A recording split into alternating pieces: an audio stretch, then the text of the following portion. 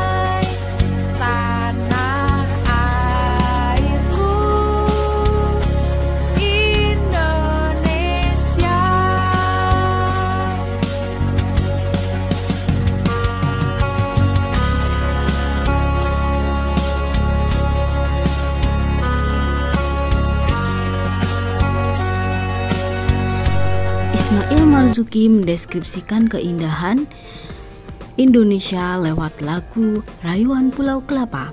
Keindahan apa saja yang dideskripsikan Ismail Marzuki melalui lagunya? Dan berikanlah alasan pendapatmu. Nah, mana kata-kata yang menunjukkan bahwa lagu tersebut mendeskripsikan keindahan Indonesia? Mari belajar sungguh-sungguh agar dapat memberi sumbangsih untuk Indonesia. Nah, kali ini kita akan masuk ke materi ya. Pada kompetensi dasar, mengidentifikasi informasi dalam teks deskripsi tentang objek yang dibaca dan didengar. Kalian bisa lihat nanti di buku paket halaman 3 ya. Dalam mengidentifikasikan sebuah objek yang bisa kalian pilih ada sekolah, tempat wisata, tempat bersejarah, dan atau suasana pentas seni daerah yang didengar dan dibaca. Berikut penjelasan. Yang pertama, kita akan menentukan ciri isi dan tujuan teks deskripsi. Nah, yang diawali dengan pengertian dahulu ya. Untuk pengertian teks deskripsi adalah merupakan sebuah paragraf yang menggambarkan atau menjabarkan secara jelas objek, tempat, atau peristiwa yang sedang menjadi topik kepada pembaca, sehingga pembaca seolah-olah merasakan langsung apa yang sedang diungkapkan dalam teks atau tulisan tersebut. Setelah pengertian dari teks deskripsi, kita merujuk ke ciri-ciri dari teks deskripsi. Berikut ini. Nah, untuk ciri-ciri teks deskripsi sendiri terbagi menjadi 4. Yang pertama, menjabarkan atau menggambarkan suatu objek seperti benda, tempat, atau suasana tertentu. Kemudian yang kedua, melibatkan panca indera seperti penglihatan, pendengaran, pengecapan, penciuman, dan perabaan. Dan yang ketiga, pembaca seolah-olah merasakan langsung apa yang sedang dibahas dalam teks atau tulisan tersebut. Dan yang keempat, memaparkan ciri-ciri fisik dan sifat objek tertentu seperti ukuran, bentuk, warna, dan kepribadian secara jelas dan terperinci. Nah, itu adalah ciri-ciri dari teks deskripsi. Nah, setelah mengetahui ciri-ciri dari teks deskripsi, kita langsung ke tujuan dari teks deskripsi. Nah, setiap teks itu memiliki sebuah tujuan. Demikian juga dengan teks deskripsi ini memiliki tujuan yang sangat jelas, yaitu agar orang yang membaca suatu teks deskripsi seolah-olah sedang merasakan langsung apa yang sedang dijelaskan dalam teks tersebut dengan cara merinci objek dan menggambarkan sekonkret mungkin. Jadi, kita ketika membaca sebuah tulisan itu seolah-olah merasakan apa yang dirasakan oleh penulis tersebut. Ketika seorang penulis itu menulis tentang kesedihan, kita akan merasa sedih. Ketika penulis menulis tentang kegembiraan, kita akan merasakan kegembiraan juga. Nah, mudah-mudahan kalian paham sampai di sini. Nah, selanjutnya adalah jenis-jenis dari teks deskripsi. Ada 3, subjektif, spasial, dan objektif. Nah, yang pertama ada jenis teks deskripsi. Yang pertama, teks deskripsi subjektif. Suatu teks deskripsi yang dalam penggambaran objeknya berdasarkan atas kesan yang dimiliki oleh penulis paragraf tersebut. Contohnya, bakso Pak Soleh adalah bakso yang paling enak di kota ini.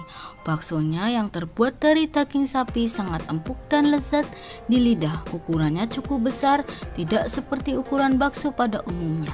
Biasanya bakso berbentuk bulat, namun bakso Pak Soleh berbentuk segitiga. Tak hanya baksonya saja yang enak, mie-nya pun kenyal dan nikmat karena terbuat dari tepung pilihan. Ditambah lagi dengan kuahnya yang sangat nikmat dan gurih menyatu dengan rasa bakso dan mie. Kuah bakso Pak Soleh terbuat dari bumbu-bumbu warisan keluarga yang sangat dirahasiakan. Itulah mengapa bakso ini cukup banyak penggemarnya. Nah, ini contoh tentang paragraf tentang sebuah kesan. Nah, ketika kalian membeli misalnya sesuatu, kalian akan mengerti kesannya ketika setelah membelinya. Nah, itu yang dinamakan teks deskripsi subjektif. Nah, yang kedua adalah teks deskripsi spasial. Dalam teks deskripsi ini, objek yang dijelaskan hanya berupa benda, tempat, ruang, dan lain sebagainya. Contohnya, Sungai Dareh adalah sungai yang sangat bersih dan alami. Lebar sungai hanya 6 meter, membuatnya aman sebagai tempat untuk berenang. Airnya pun bersih dan segar, hampir tidak ada sampah satupun yang mengapung. Di sepanjang pinggiran sungai terdapat batuan-batuan yang cukup besar. Bagian kiri sungai merupakan sawah yang sangat luas, sedangkan bagian kanan sungai merupakan hutan. Itulah mengapa sungai ini sangat cocok untuk dijadikan tempat wisata. Nah, ini tentang deskripsi berupa benda, tempat, ruang, dan lain sebagainya. Bisa sekolah, bisa taman bermain, dan lain sebagainya. Dan yang ketiga adalah teks deskripsi objektif. Nah, dalam teks deskripsi ini penjelasan mengenai objek yang digambarkan apa adanya berdasarkan keadaan objek sebenarnya, sehingga pembaca bisa membayangkan keadaan tanpa ada penambahan opini dari penulis itu sendiri. Nah, bisa kalian lihat contoh pada paragraf atau tulisan tentang sepak bola. Sepak bola adalah permainan tim. Olahraga ini membutuhkan 11 orang pemain yang terdiri dari 1 penjaga gawang, 4 pemain belakang, dan sisanya pemain tengah dan penyerang. Olahraga ini membutuhkan sebuah bola dan gawang sebagai alat perlengkapan permainan.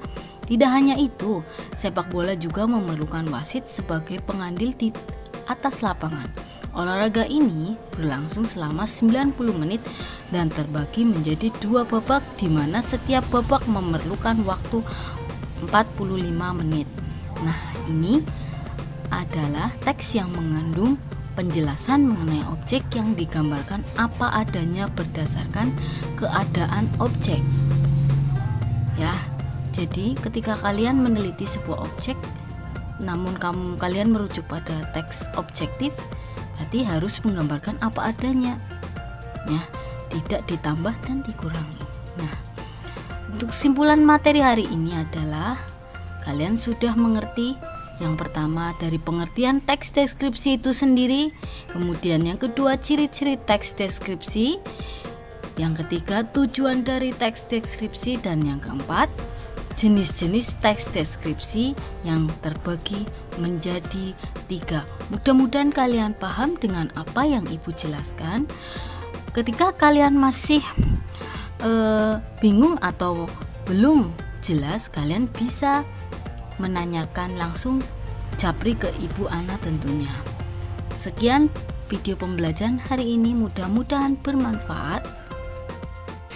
Kita akan berjumpa esok hari dengan keadaan sehat, dan jangan lupa tetap stay di rumah, jagalah protokol kesehatan, dan tetap semangat untuk meraih cita-cita kalian demi keluarga dan demi nusa, bangsa, dan agama. Wassalamualaikum warahmatullahi wabarakatuh.